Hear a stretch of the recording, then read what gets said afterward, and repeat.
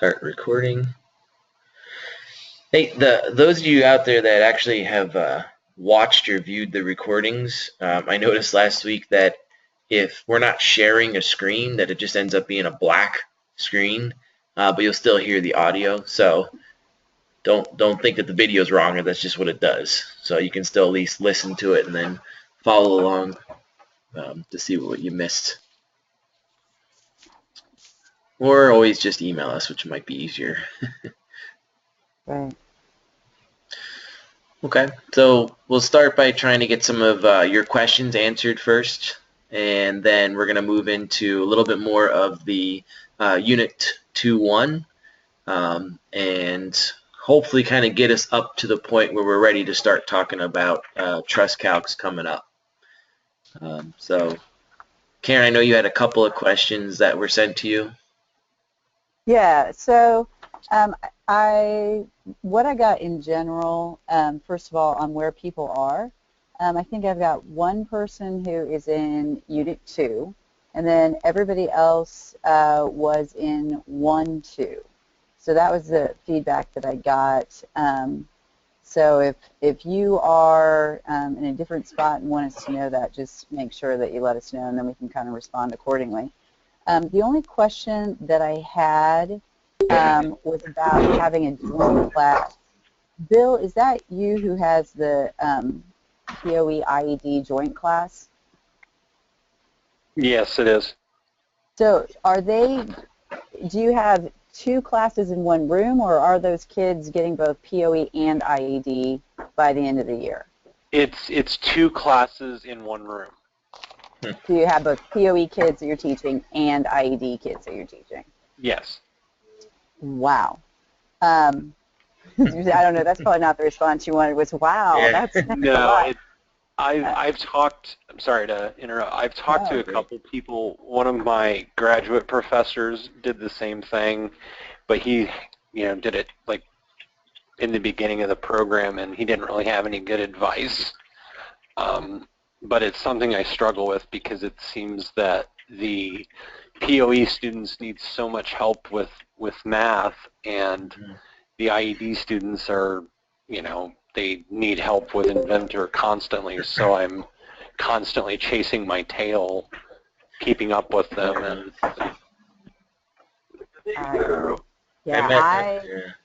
the only thing I can say is that I think there are some PowerPoints in POE that you can. Doctor doesn't come back yet and hasn't responded, so I should be dragged down. So I'm assuming it's down in the lower part. So I think that there are some PowerPoints that your kids could watch and take notes on. It would be, and then you could go back and say, hey, let's just talk through the highlights of this. But that would be maybe some inventor time, that while your POE kids are watching the PowerPoint, your IED kids, you could be answering their questions, and vice versa. But besides that, I can't think of a time that my kids really don't need me. Yeah. I will say when we get to control systems, that you will have way more time when they're working. The kids are working and you won't have to be with them every moment. And so I would maybe look at when you think that'll happen, and then maybe save something you really need to talk to your ID kids during that 3-week span. Okay, that helps. Well, and one of the other things I know my coworker teaches IED, the repetitive lessons that you're doing, and like hey, I have to show you how to do a chamfer, and I have to show you how to do a fillet, or whatever the step might be. He just does a screencast and just does a video that takes maybe 2 or 3 minutes, and then has that up on his website. And the students, like, he'll go through it, and then it's easy for them, if they have questions, hey, go back and look at the video on chamfering, and then they can go back and usually figure it out. Yeah, and that's something I was planning to do as we kind of get more involved with Inventor.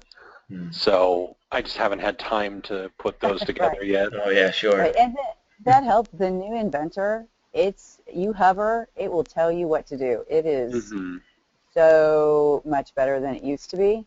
There is also, and I don't know the answer to this, and Adam, you might, there is also some and I don't know if Autodesk has this or what, that there's like a help, some kind of a help website or something that you can get access to that I know some of the teachers, when they get stuck, they go look into. So I don't know if that would be something, it's a resource. I think you have to buy it. Okay, I'll check into that. But Yeah. I can shake down some of my ID teachers and see what they know about that. Okay. You know how it is with your students, though. First thing, this doesn't work, hand up. Exactly. I have one of those especially that, I mean, every one of the open-ended questions, he goes, well, what does this mean? Is this answer right? Is this answer right? And I always have to go, well, this is what you think, not, Right. you know, right or wrong, but that's just him, not anything in particular. Just tell him he's wrong every time. Is this right? Nope. Nope. Yeah, but then he'll, I know what you mean. I don't have anybody else who asked a specific question. Does anybody have one that they want to throw out there? And if we think we can answer it pretty efficiently, we will. And if not, maybe I can write it down and get back to you, or we'll talk about it in the future.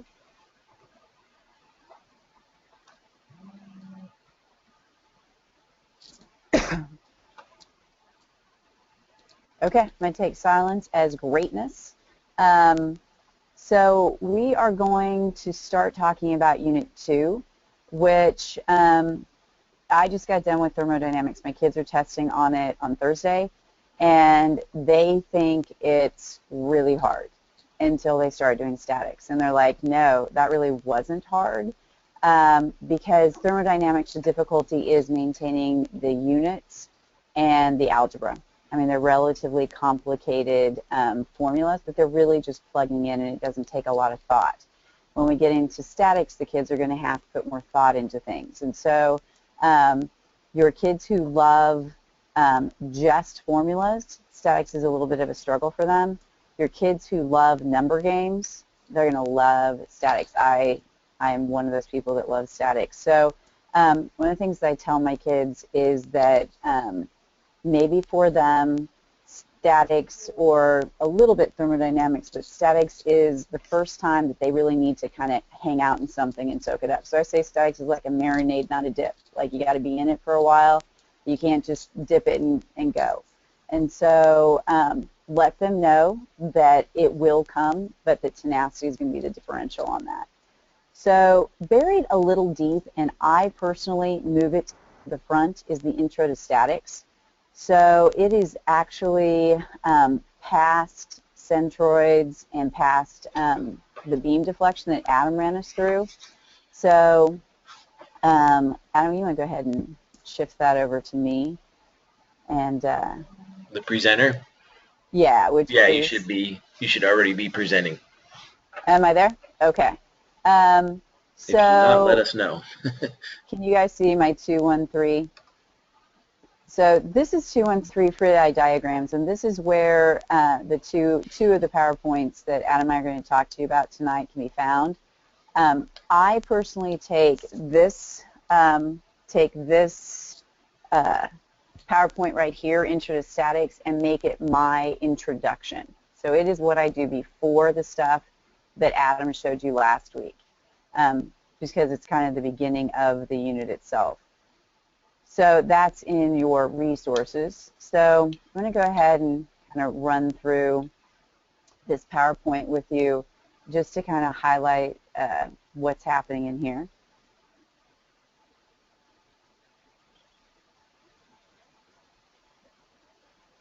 So it has the classic kind of definition of statics for the kids, and this is really what we are going to focus on. We're going to focus on the study of systems in a state of rest. True uniform motion is also, but we're going to really look at statics in the rest version of static equilibrium. We went to a really interesting conference where an engineering firm who was in charge of, they call themselves like the CSI of engineering, because what they had to do is they were the forensics team that went in after a collapse of anything structural. So they were present when a building would go down or when something would collapse. And so they had been hired to the Country Music Awards 2 years ago. It was snowing wherever it was, and they had a lot of scaffolding in the auditorium, and they had been hired to determine how much stuff they could hang from the scaffolding if it was snow on top of the roof. And so that kind of information, we're like, this is the study of how structures have strength. And unfortunately, you don't have to look very far to find something that is a collapse of a balcony or a collapse of a bridge. Last year in California, that balcony collapsed. I forget what college campus it was on. The kids probably remember a bridge collapse. You can get some video, some news video on different bridge collapses. So it's not very hard to find this in the news. You'll go through Newton's 3 laws. The kids will have seen the first law or heard about it probably in their middle school science classes. They'll definitely have seen the second one, whether they know that it's called Newton's second law, the force equals mass times acceleration. And then some of them have seen this third one. For every action, there's an opposite and equal reaction. Static equilibrium, that's really the key to almost everything we're doing. We've talked about thermoequilibrium in Unit 1.3, when the system reaches that equilibrium where the stuff that had heat is dispensed to the stuff that received the heat. So this is kind of that same concept. Probably the kids have seen, you know, something like this. The old oil spill made these rigs kind of in the news, and they've seen them.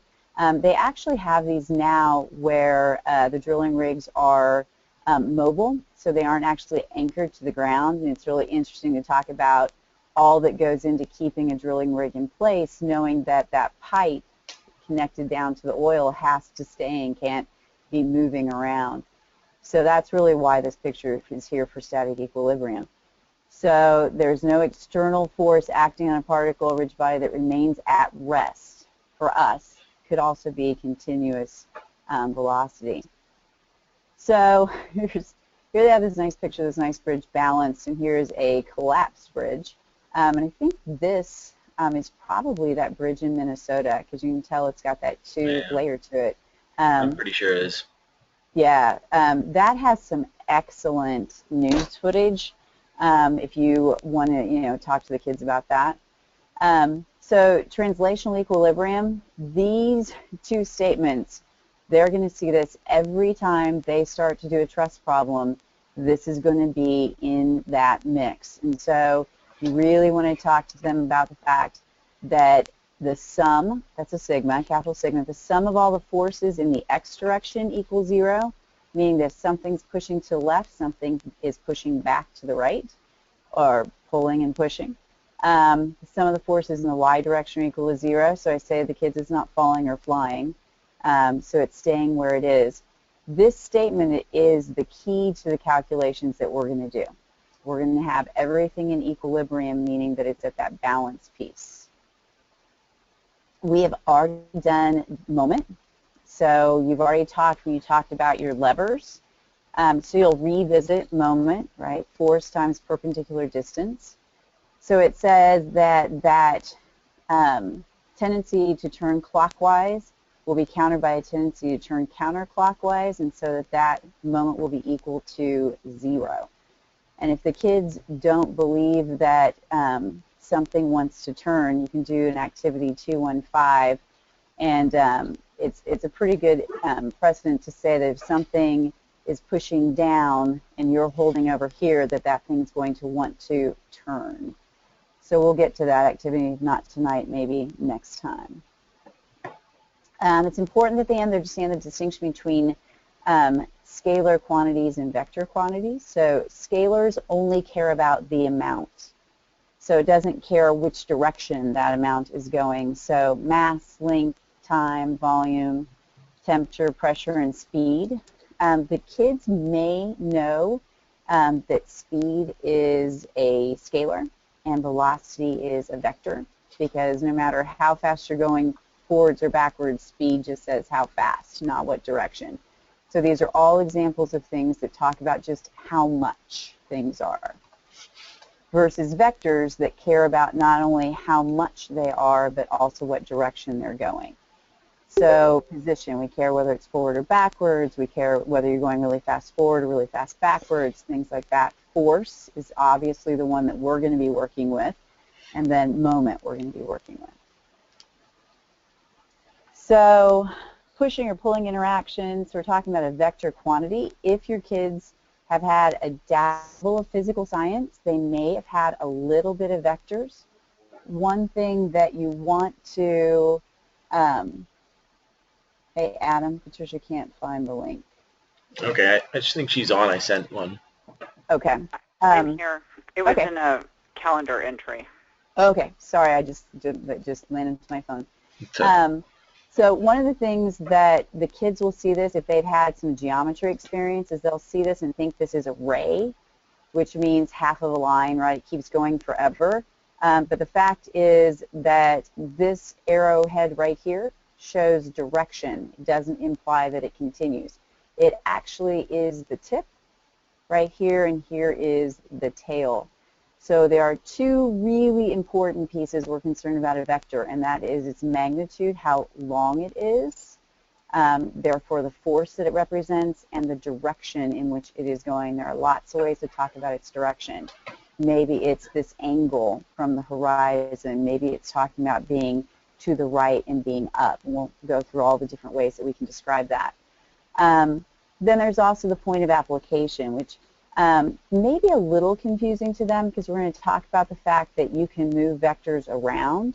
But I had an instructor who once said, if you are standing on one side of a big refrigerator and the guy on the other side is pushing on it, you really hope that they are trying to push it from the bottom or the middle and not pushing it from the top. So maybe that's a good example of point of application. Back on this picture, you'll notice that there's LBF right here, which is not pounds feet, which the kids will tell you they think that's what that is. It is actually a representation of pounds force. To be completely honest, everything we use pounds for in POE is for force. This is about the only unit that you see this a little bit. I don't make a big deal about it, and if the kids do it, that's great. If they don't do it, that's fine. It is certainly amidst everything else that we do, not a huge concern of mine. Adam, do you mess with that much? No, I just, like you do, I just tell them what it is, and it doesn't really affect any of our calculations or what we're going to go over. Right. So it's the fact that the British system has pounds representing both mass and force versus newtons and kilograms. So as everything metric, we kind of got it right. So here's the conversion between newtons and pounds. That's on the kids' conversion sheet. So if we are in equilibrium, if anybody is pushing to the right, somebody else is pushing to the left. I say this is like, tug of war. If it's not going to, so nobody's going to win. The red arrow is going to push up as much as the blue arrow is going to push down if this is going to stand still. So we're kind of head-to-head here, left and right. Somebody's trying to turn it clockwise, something else is balancing by turning it counterclockwise. So there are two things that have to happen for static equilibrium. You need to have the same magnitude. How hard I'm pushing to the right has to be balanced with how hard somebody's pushing to the left, and they have to be in opposite directions in order for that to be in equilibrium. So we're going to start doing a lot of trig. If your students haven't had a full year of geometry, then they have probably not had right triangle trig. And so you as their instructor will have to teach them right triangle trig before they can fully understand the statics units that we're going to do in here. My school, after the first couple of years, I convinced them that we had enough kids wanting to enroll in it that we could say that in order to be in POE, they had to have already taken geometry. And it saved a lot of time. It also encouraged the kids to take IED before they took my class. So the fact is this go right and go up vector right here, this vector F, has a go right component to it and a go up component to it. So if I wanted to start here and get to this end right here, I have a couple ways to do that. I could walk to the right this far and then walk up, or I could walk up and then walk to the right. The key is that place right there is a combination of a force in the X direction and a force in the Y direction. I tell the kids when I pull my kids on in a wagon, I don't squat in front of them and pull horizontally with the handle. For convenience, I have the handle on a hinge, and the handle is up because then I can hold it while I'm walking. But I'm not trying to lift the wagon off the ground. I am only trying to pull the wagon forward. And I'm well aware that some of the force is going up because of the angle of my handle, but the convenience of standing upright while I'm pulling the wagon outweighs the fact that all my force isn't going the direction that I'm trying to go. Talked about resultant forces. It's easy to do that if you're talking just horizontal. So if I'm pushing with 5 pounds of force and somebody else is pulling with 2 pounds of force, then it's like we're really moving to the right with 7 pounds. If I'm pushing with 5 pounds of force to the right and somebody else is pushing back with 2 pounds of force, then really I'm only accomplishing a 3-pound force to the right. Not static equilibrium though. So I kind of like to do just a little introduction to all the words on that. And you can, I think, put this guy wherever you want him, but the unit's statics in general, so I kind of put that there. You definitely want to do that before you do the one that Adam's going to show you, though.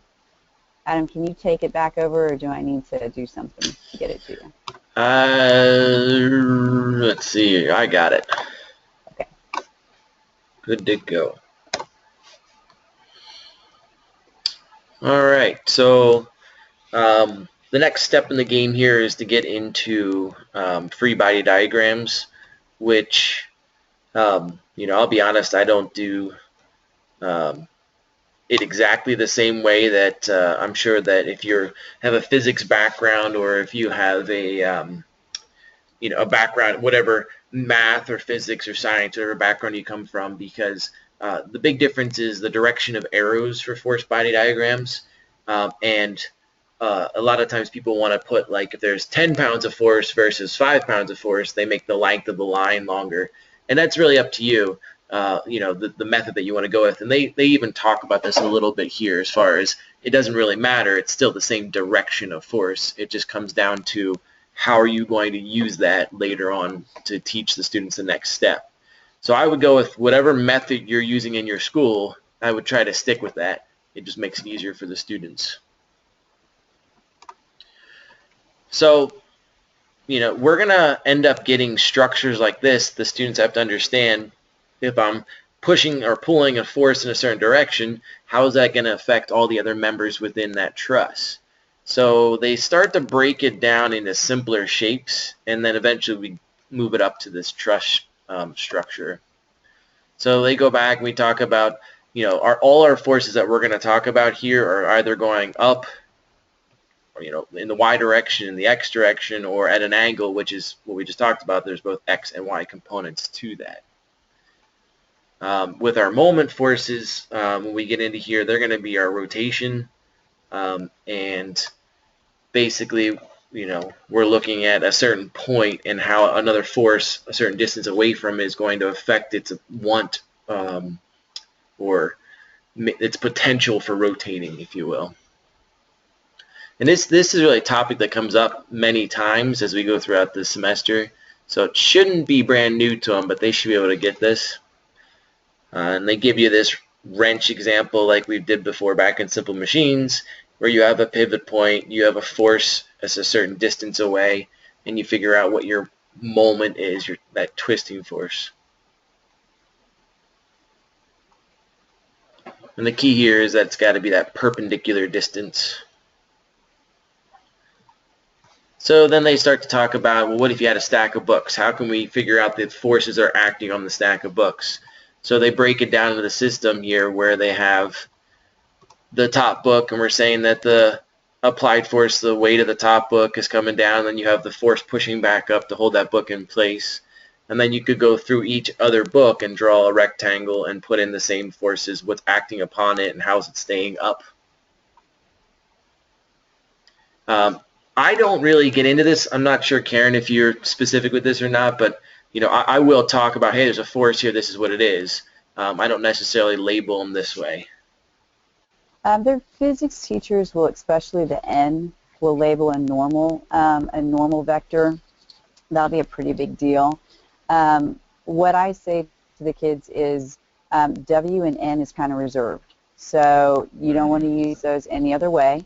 I will commonly use the weight of something as the force, and the kids will be like, that book doesn't have any force, and I have three of my parents' old Encyclopedia Britannica books, which the only purpose they serve anymore since the internet exists is this example, and I just have a kid stick his arm out, and I just sit him there. I'm like, let me know in a little bit if those have any force, because they don't understand that book's weight actually is pushing down. So I do reserve W for weight and N for normal, which is going to be perpendicular to the weight. If they called it vector A and vector B, I'd be okay with that. So when I taught physics, we did reserve N, but that is kind of the least of my concern. And I tell the kids, depending on their physics teacher, and you kind of want to check this with your school, our physics department doesn't care if we scale our vectors as long as they're labeled. So the downward vector there, the weight vector there, should theoretically be the exact same length as that upward vector. But my physics teachers say, as long as they put 5 pounds next to it, they've scaled it. And it's in the right direction. It's in the right direction. So, and the other thing that the kids will want to know is, can it be on the bottom? Can it be on the top? Where do those go? And you remember when I talked a minute ago about the fact that how long they are and what direction they're facing, those are the two key elements. So whether that normal vector is above or below is really for convenience. It just needs to point up either way. Yep. So, we have a very simple system here where we have these just two forces acting upon it. And eventually we're going to have a whole structure here with our trusses. And our trusses, we're going to find out, somehow they're connected to the environment, whether they're hanging off of a wall or they're being supported from below to hang over a ravine or whatever it might be. There's certain supports that we will use. And when we have those supports, we know that they're going to have a certain amount of reaction forces and in certain directions so that we can solve for the forces. So they give you a couple of practice examples here. There's an adult here. There used to be a picture of an adult there that's pulling the sled, and they have you simplify this picture and basically just look at what's happening here. So we know that we have the weight coming down. You've got the frictional force, which is causing the sled to slow down a little bit. You have the normal force of the ground pushing up, and then you obviously have the adult applying force, and they made sure to make sure that it was up at this angle, and they're actually going to put in here the exact angle that it acts at. Because the steeper it's acting, the more force is in the Y, the less force in the X, and in this case that means that the harder it's going to be for them to pull the sled. This PowerPoint, by the way, folks, is timed, so it will progress through the PowerPoint. So if you don't want it to do that, you're going to need to turn that off in the PowerPoint. You want to show them how in the animation. This one, I think it's under slideshow. I forget, I don't do this too often. Yeah, I haven't. But so, like, if you're starting to talk and you don't talk at the same pace that it is, it will progress through it for you. And so you can go in and I'm with Adam. I'm going to say it's in slideshow or something, and turn it off so that you have to touch the forward button to get it to move forward. So your choice. If you're working at the pace it is, that's fine. If you want it to progress, that's great. If you're talking and notice that it's still going without you, that's what's going on. This one, it's another system, obviously, that they're looking at what forces are acting upon the refrigerator. And the big key thing here is we know that the ground is pushing back up at an angle, but we have to make sure the weight is always pushing straight or pulling straight down. So to make sure that the students have the force acting in the right direction.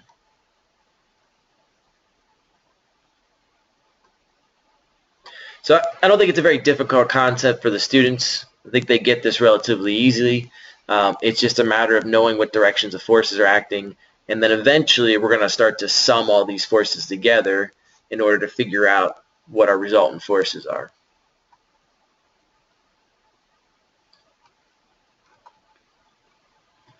Okay. We then get into an example of a pulley system, and hopefully from simple machines they should know that the strand that's here, in order for it to work well, it has to be in tension. So we know that the direction of force is going to be going away from our object here, and that we have the weight of the objects pulling down, and we've now removed that normal force. So we break it into the two systems. When we draw this one, we don't have just one force pulling up here, but we actually have the two strands pulling up. And this is also a good example to show the students, to show how that force is being manipulated.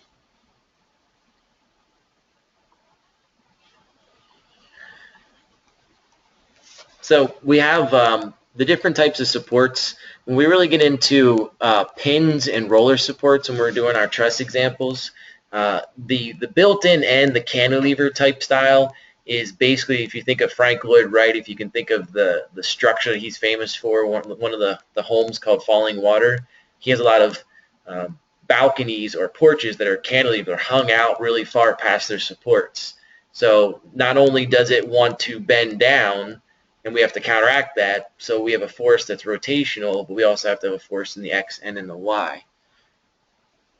So what I like to do is I like to show the students some pictures of what the heck these supports are.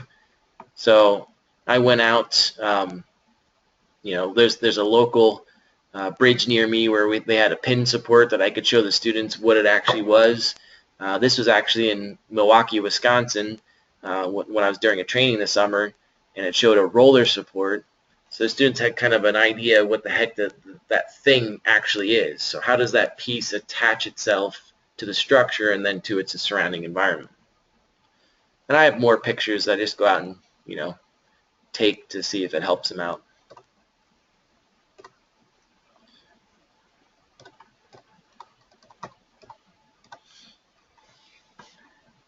So they're showing you the tension force acting away from the weight that's pulling down in order to balance out. And then we're looking at a sign hung up that we have two actual cables, both in tension, acting at a certain angle. When you have a pin support, you can think of it as essentially a bolt that's going through a piece of steel, and it allows the structure to actually rotate. So if I were to move this up or down, it would rotate at that support, but it doesn't allow it to move in the X direction or in the Y direction. It only allows them to rotate if you let it go. So that pin support actually locks it into location, and if you were to push down or pull over, it wouldn't be able to move. So if I were to push down in the Y or pull over in the X, it would be locked right there in that spot, but the structure itself would be able to rotate. What I like to think a lot of times, if you have like a stick with a bolt through it attached to another stick, you can spin that thing around, but if you pull on it, it's not really going to go anywhere. It's stuck. So the method that I use for labeling here is, we'll say that in order for this to stay in position, that support has to react in the X direction. So we have a reaction force, and in this case they're calling it joint A, and in the X direction. It also has to react in the Y direction, so again we put the R there for the reaction force, A for the joint, and then Y for the direction of force. So with the students, they should know that every pin support has to have two reaction forces. When we get into the roller supports, the roller support allows for freedom, if you will. So in any structure, if it's a bridge or a truss or some sort of support, it needs to be able to expand and contract, or the structure could actually break. So in bridge, you might just have like a round barrel that it sits on, you know, or like the second example that I showed you before in the pictures, there's actually a curved piece on the bottom which allows it to bend or move back and forth. So in this case, roller supports really only react with one reaction force, and it has to be perpendicular to the surface. So in this case, this straight line with these little diagonal lines represents our surface. So our reaction force is going to react in the y direction because it's perpendicular to the surface. If you had a truss that was hanging off of a wall, it would have to act in the horizontal position, the x direction. So it's basically saying, I'll allow you to move horizontally, but you can't go down. You're stuck. I'm holding you in that spot. And you label them the same way. So here's an example of a simply supported beam where they have your pin support here and a roller support over here. So if you're creating a free body diagram of this, what you would end up doing is you would replace this pin support with a reaction force in the y direction and a reaction force in the x direction. The roller support you would replace with a reaction force, in this case in the y direction, because it's perpendicular to the surface. And then they give you an example here of what that would look like. So because I pushed down on it right here, that means that I have to react in both these locations by pushing back up in the y, and then potentially I could have a reaction force in the x direction here. One thing the kids will struggle with is that word that Adam just used, which was potentially. Just because I'm ready to push back if somebody pushes me doesn't mean that I'm pushing.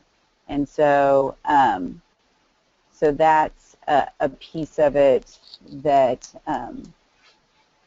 that the kids struggle with. That just because I put that there is because you'll see right in that picture, there's a push go right. It's like, well, where's the push go left? And my comment is that that it will, it could push. It just doesn't have to. Yeah. So potentially is pretty important. Yeah, for something simple like this, if I had 100 pounds pushing down right here, and it's exactly halfway from both these supports, I know that both these reaction forces are going to react with half that force, so it'll be 50 pounds. But since our applied force is only in the y direction, that means that my reaction force here in the x is really going to be 0.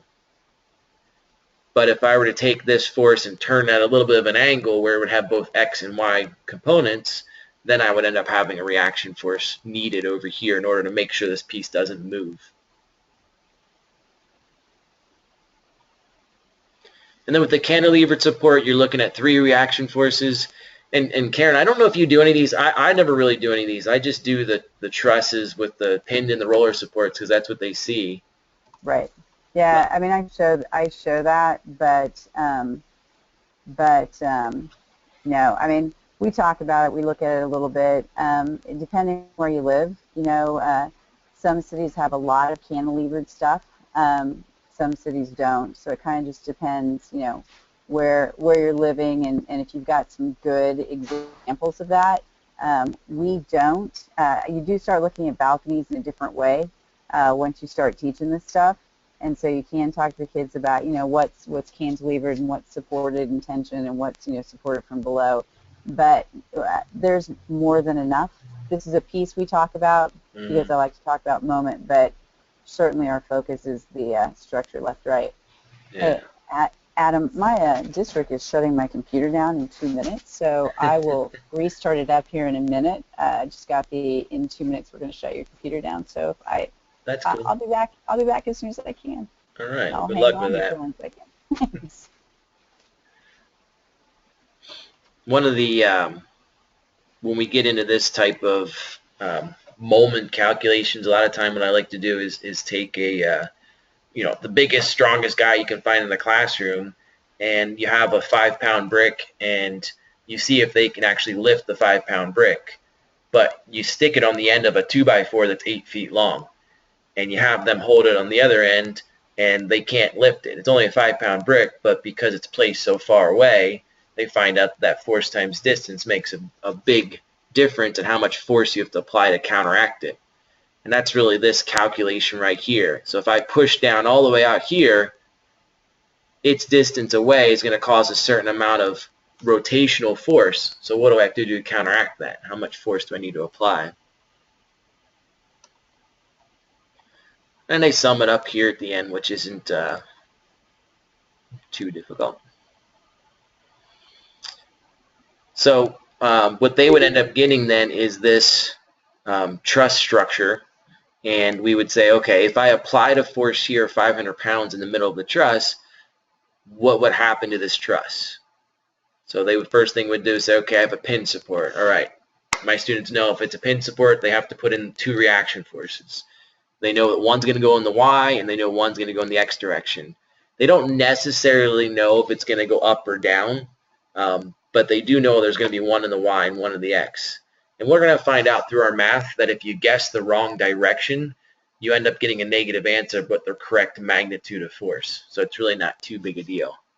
So they'll put a Y force in here, they'll label it RAY, they'll put a Y force in here, they'll label it RAX.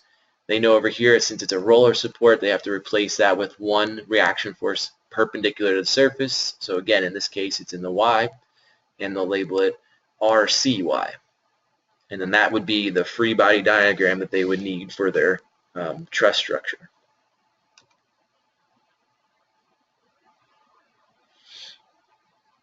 Pretty good. This is pretty easy, and that is really in depth, but it's really important that the students understand that the direction of force is in the correct direction, because they're going to have a lot of different forces there. So it helps them to take their time and really do that right. So along with this activity, or with this PowerPoint, is an activity 2.1.3, and it actually doesn't have, it's not very robust, but it starts off with question 1, and it wants them to take these complex systems and break them down into simpler systems. So you can go as far with this as you want. I typically have the students do the fishbowl and then the stand. Sometimes the kids will even pull the little goldfish out, and they'll look at the forces that are acting on the goldfish. That's great if they want to do that. If they don't, that's whatever. It's fine. But we basically just draw a circle over here to represent the fishbowl, and then we draw the rectangle below it to represent the stand, and we look at the directions of force that are happening here. In this case, it's pretty much all in the Y that we're worried about. When you move down to the second one, you're now looking at 4 different systems here, 4 different things. So you're pulling them out, and each force you're making sure you go in there and you put it in the correct direction. Now the key thing here is when you're looking at the weight for these shapes, the weight should be pulling straight down. A lot of times the students will have it off at an angle, hitting each of these other logs or the stand. So that one takes a little bit of discussion for them to get through. They have the stoplight, which you have the rings, the cable, and the stoplight. So you have a couple of different systems that they pull apart and draw the direction of force. And what's important to know with the cable, since it's in tension, it should be going away from the stoplight and away from the ring. So it actually has the forces going towards the center of that cable because it's being stretched from both ends. And they ask you a couple of conclusion questions here. There is an answer key for this one, so that it'll show you exactly what we're looking for here if you have any questions or concerns. And this stand one, I'm only back in audio because the camera's off again. Sorry, the district likes to control our computers. Okay. This stand one is pretty tricky because if you use the technique where you kind of use like a circle or a rectangle to represent all your objects, that stand's getting pushed left, right from lots of stuff. So one thing that I tell the kids is you could take that free body diagram to 5 different physics teachers and you would get a little bit variation on what you would see from there. So I tell kids that their free body diagram might not look exactly like mine, but I need them to be able to defend their choices. And that will comfort them a little bit because this one's, number 2 is pretty tricky. Yeah, that one takes a little bit of time.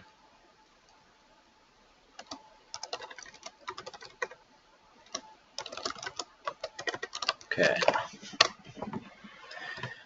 So that's really the long, drawn-out version of what free body diagrams are.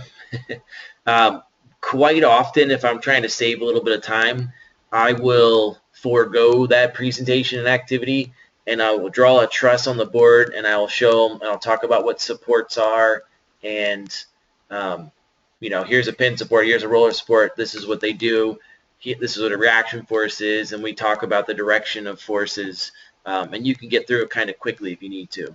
If you feel your students need more help, then obviously you have these things as resources.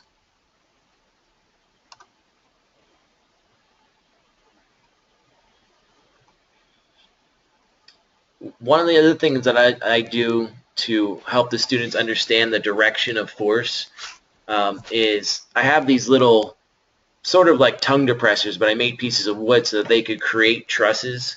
They can actually create most of the trusses that we'll do, like problem number 4 and problem number 5 in our activity 2.1.7. And they can pick it up and hold it, and if we apply the force at certain locations, they can feel how where they're holding it, they have to react. So if it's a pin support, they pinch it at that location so that they lock it in the X and in the Y, but allow the structure to rotate. If it's a roller support, they just put a finger out and they just hold it in that location. And it lets them feel what they have to do in order to react to an applied force somewhere on that structure. So it gives them another little connection to, reaction forces, if you will.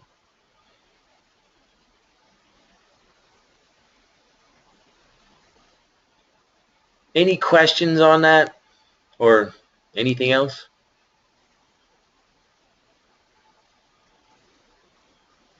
Where are the answer keys? So if you are on the LMS, let me see if I can get to the LMS. Here we go. Underneath the Files section, you have the teacher resources. Still with me?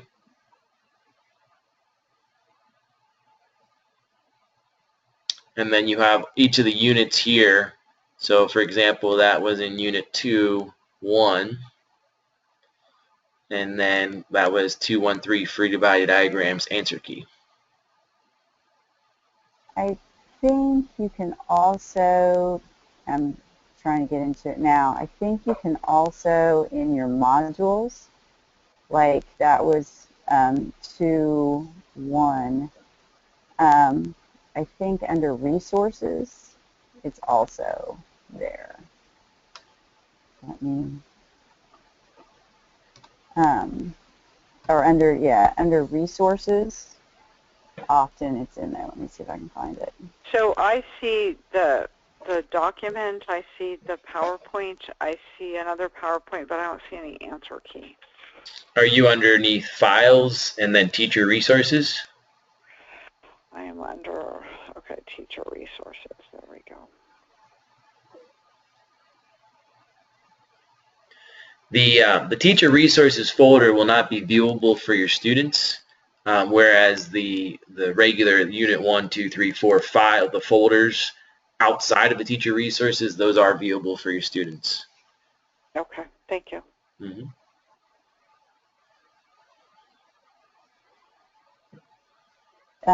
I think we have one person who is in Unit 2.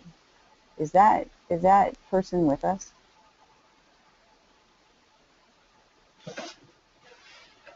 In spirit.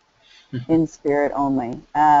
So it's not, Unit 1 took you, well into the, the second quarter.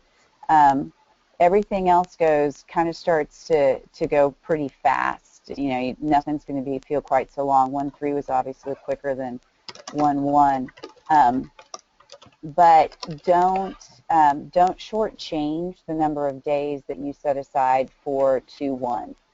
It looks like it's pretty quick, but you're going to want to set aside probably a week for me on the part where we're doing truss calculations, and that's going to be in 2.6. 2.16 is, or 2.17, I think, is where you're really doing some calculations there. So just be aware that you can look at my calendar on my website and see how I'm pacing that out. But give yourself some time. One of the comments that whoever was in Unit 2 had was that his kids said that they just don't know what's going on. And I think there's some truth to that. They really need to hang out in it for a while, and you need to do, let them work some problems from beginning to end. So So don't shortchange the amount of time you're going to spend at the end of Unit 2. Yeah. And that the activity that's at the end of Unit 2 with 218 with the truss build, it is an activity the kids like. So a lot of times what I do is I'll bring in some of those activities, do some of the math, and then let them go and build, a truss or design a truss, and do that a little bit each day so that they're not just getting math, but they're able to take a little bit of a breather and do something hands-on. So I think, Jennifer, you had a question of where these recordings are. Yes, I was a little bit late today getting here because I was having a little trouble with my computer, but now I've made it just about 15 minutes late. And I was the one in Unit 2, and I'm sorry, I was also muted because I was not where I could. I didn't want y'all to be able to hear in the background. But I had to skip around in Unit 2 because I have a math background, but I found it very difficult to explain the free body diagrams and the truss calculations, the things that had to do with physics and that I haven't had in years. So I actually had a physics teacher work with me some. But I did skip around in Unit 2, and I wouldn't recommend it. I'll do it differently next semester. Yeah. So. Yeah, I'd go straight. I'd agree. I think you have to do what you have to do, but I agree. Best scenario would be to kind of go from beginning to end. I agree with that. I'm scheduled to go to Project Lead the Way training in January, and they're allowing me to take the POE before the intro because I'm not having trouble in the intro. I had that. I'm okay with that, but the POE has really been challenging as far as making sure, wanting to feel like the students are getting what they need. Yeah, it depends on your background because I know for some, if they have zero, computer skills or CAD skills, IED is just horrible for them. But if you have that in your background, it's not so bad. Whereas, POE is tough because it just goes all over the place with, from one field of engineering to the next and from one concept to the next. So it yes, should be tough. I've been thankful for as I get to this when I go back to this topic, I will be able to use your video to help me feel more confident about teaching it. Good, yeah, sure, and by all means, email us, let us know. We'll help you out whenever, as much as we can. Adam, can you hear me? Yep. I'm wondering, how do you bring the trusses in so that it isn't all just free body diagrams and calculations? How do you allow them to build and calculate and build and calculate? I'd be interested in hearing that. So when you get pretty much the centroid stuff at the beginning of Unit 2, you've got the centroids, and there's math, but there's also the hands-on component when they cut up the cardboard and they play with MD solids, which is a cool. That's fine. When we do beam deflection, there's the 2x4 we're standing on and measuring. That's not so bad. The free body diagrams and then the force vectors can be kind of just math, So sometimes you do the old hang some sort of weight from two strings with two force sensors at different angles, and you figure out how much the thing weighs. So it gives them kind of a hands-on. But then when we get into the actual truss calcs, what I like to do is you start with the external forces one day, and then you let them start to design a truss to build. Now you've already talked about what trusses should look like, the shapes, and you give them parameters for it, but they end up going through the design. And then you can come back the next day, and I basically teach what I just taught the day before again. So with the external forces, I'll teach it again. So that they can kind of hit it again, and then I allow them to kind of go through and continue with that truss build activity. So it's a little bit of math each day, a little bit of the truss stuff in order to try to break it up a little bit. And then when you're building with the trusses, what are you building with? Well, it depends on what you have to test. I have we used to have this SSA machine, which pulls down with 1,000 pounds of force. And we use 1/8-inch balsa wood, and then there's this testing. Basically, it's two pieces of plastic that you put it in between, and it pulls down on it. The one that comes in the actual activity for testing, you would build using VEX components. You build a a testing device where you can pull down and break the trusses. And then in that activity, you're using 3/32 balsa wood. Mm-hmm. And it's very much... And the balsa wood is glued? Correct, yeah. You can use, super glue or wood glue. I really haven't noticed too much of a difference. Okay, thank you. Mm-hmm. The hard part about that is making them then, once they break it, figure out how much force, if they got like 10 pounds or whatever, then you have them solve for all of the forces in the members, and it can be kind of, if they made a really difficult truss, it can be hard to figure out. Yeah, you probably want to limit the number of members that they have, and if you do build one and break one with them, and they see how much work there is in it, they will build smaller ones. So, so it doesn't. It takes one truss calculation with too many members for them to be like, oh no, less is more. So we do ours with we build pasta bridges. And so we do ours with pasta and glue. If you want it to dry quick, hot glue guns work pretty quickly with balsa wood, but they are super strong. So just be aware that it's going to take some force. Those joints are now probably stronger than you want them to be comparable to the balsa wood. So, but it is a way to get it. You could build and break in the same day. And so you use spaghetti and hot glue or spaghetti and glue? We go into a competition that only lets you use Elmer's glue, school glue, and pasta, and so for that reason, that's all we use. But if I just want to model something, I'll just grab hot glue gun and whatever I'm working with, pasta or balsa wood or whatever, because you can make it, and 2 minutes later you can break it because it's dry already. You probably need my kids need a 24-hour sit if they use glue, and half the time they glue it to the table. So you just make sure that you put it on some paper, and then paper stuck to the joint. That's just part of the gusset, as we like to call it. But just if they can build it and see the precision of that. But my kids are kind of working on their pasta bridges while they're doing these calculations, and kind of gives them a little break along the way. I like that idea. We are where we are on time. We are almost to Thanksgiving, which is freakishly true. So Adam and I were looking at the schedule, and we are already at November 10th. So theoretically, we would meet again on the 24th, and I don't know everybody's schedule, but our break starts on the 25th. So Adam and I were thinking that we would skip the 24th and move the meeting to December 1st. First, yeah. So instead of meeting on the 24th, which is the Tuesday of Thanksgiving week, we would go a 3-week patch and put us at December 1st. And that'll line us up for the Tuesday before most people then go out the week before they go on break for the 15th then too. Right. Now we get that puts a pretty long span of time, though, one of those weeks is Thanksgiving week and a lot of people have time off there. So please make sure that, you email us if you're stuck on something.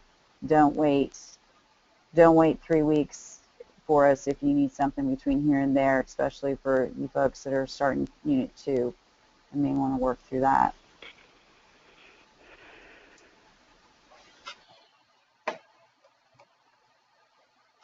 All right. If there's no further questions, have a good couple weeks. Okay, thanks, guys. So Adam, I'm again web camera-less. So, God love technology. I push every button I can. I don't even know how we got it to work a little bit ago. So, but I will probably shoot my Unit 2 review out to folks before Thanksgiving break, just so they kind of have a sense of what I'm testing. That seemed to get some pretty positive feedback. Okay. I'm hoping they're not. I'm hoping they're not posting it. That's my one fear, is that my review is going to show up on the internet. Yeah. But I really answers don't show up on the internet, I don't care. Yeah. I've really adopted the LMS testing stuff, using the quizzes and that type of stuff with it, because it ends up being easy to